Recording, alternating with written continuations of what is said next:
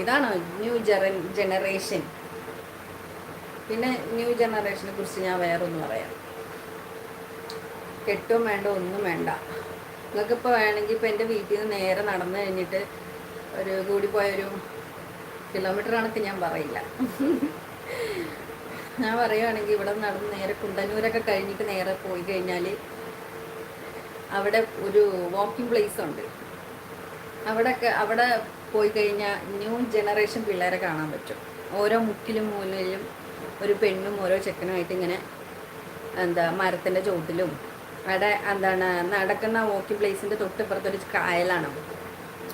ആ കായലിനോട് ചേർന്നിട്ട് തന്നെ കുറേ പൊന്തകളുണ്ട്. ഇങ്ങനെ അവിടെയൊക്കെ ഇറങ്ങിയിരിക്കുന്നതാണ്.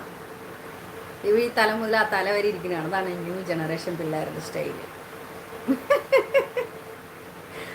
അതെ.